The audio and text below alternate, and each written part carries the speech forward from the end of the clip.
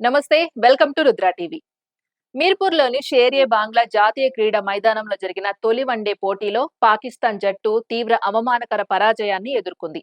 3 one day పోటీల సిరీస్లో భాగంగా జరిగిన ఈ మ్యాచ్లో పాకిస్తాన్ జట్టు కేవలం 114 పరుగులకే కుప్పకూలడం అభిమానులను తీవ్ర నిరాశకు గురిచేసింది. మరోవైపు ఆ లక్ష్యాన్ని బంగ్లాదేశ్ జట్టు చాలా సులభంగా ఛేదించి ఘన విజయాన్ని నమోదు చేసింది. పాకిస్తాన్ జట్టులో మాజీ కెప్టెన్ బాబర్ ఆజం లేకపోవడం వారి బ్యాటింగ్ పై గణనీయమైన ప్రభావాన్ని చూపించిందని విశ్లేషకులు అభిప్రాయపడుతున్నారు. టీ20 ప్రపంచ కప్ లో కూడా సెమీఫైనల్ కు చేరుకోలేకపోయిన పాకిస్తాన్ కు ఈ ఓటమి మరింత దెబ్బగా మారింది. ఈ మ్యాచ్ లో పాకిస్తాన్ చేసిన 114 పరుగులు బంగ్లాదేశ్ పై వన్డేలో చేసిన అత్యల్ప స్కోరుగా నమోదు కావడం మరో చేదు రికార్డుగా నిలిచింది. ఇంతకు ముందు 1999లో పాకిస్తాన్ బంగ్లాదేశ్ పై 161 పరుగులు మాత్రమే చేయగా అది అప్పటికీ కనిష్ట స్కోరుగా ఉండేది. అయితే ఇప్పుడు ఆ రికార్డు కూడా తుడిచిపెట్టుకుపోయింది. ఈ సిరీస్ ను పాకిస్తాన్ జట్టు కొత్త ఆరంభంగా భావించినప్పటికీ మైదానంలో మాత్రం ఆటగాళ్లు తీవ్ర ఒత్తిడిలో ఉన్నట్లు స్పష్టంగా కనిపించింది. టీ20 ప్రపంచ కప్ వైఫల్యం ప్రభావం ఇంకా జట్టుపై కొనసాగుతున్నట్లు ఈ మ్యాచ్ స్పష్టంగా తెలిపింది. మొదట బ్యాటింగ్ కు దిగిన పాకిస్తాన్ జట్టు ఆరంభంలో కొంత స్థిరంగా కనిపించింది. తొలి 10 ఓవర్లలో ఒక వికెట్ కోల్పోయి 41 పరుగులు సాధించింది. అయితే ఫర్హాన్ 27 పరుగుల వద్ద అవుట్ అయిన తర్వాత పాకిస్తాన్ జట్టు పూర్తిగా కుప్పకూలిపోయింది. వరుసగా వికెట్లు కోల్పోతూ చివరకు కేవలం 114 పరుగులకే ఆలౌట్ అయింది. చివరి 9 వికెట్లు కేవలం 73 పరుగుల వ్యవధిలో పడిపోవడం పాకిస్తాన్ బ్యాటింగ్ బలహీనతను బహిర్గతం చేసింది.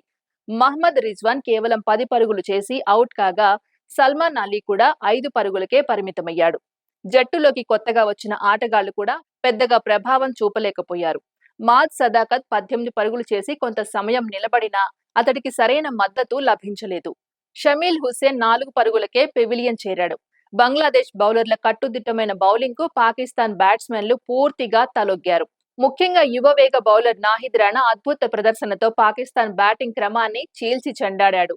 అదనపు వేగం మరియు బౌన్స్ ను సమర్థవంతంగా వినియోగిస్తూ అతను పాకిస్తాన్ టాప్ ఆర్డర్ ను పూర్తిగా కుదిపేశాడు. 24 పరుగులు మాత్రమే ఇచ్చి 5 వికెట్లు తీసిన అతని ప్రదర్శన ఈ మ్యాచ్ కు ప్రధాన హైలైట్ గా నిలిచింది. అతని వేగం మరియు ఖచ్చితత్వానికి పాకిస్తాన్ బ్యాట్స్మెన్లు సరైన సమాధానం ఇవ్వలేకపోయారు.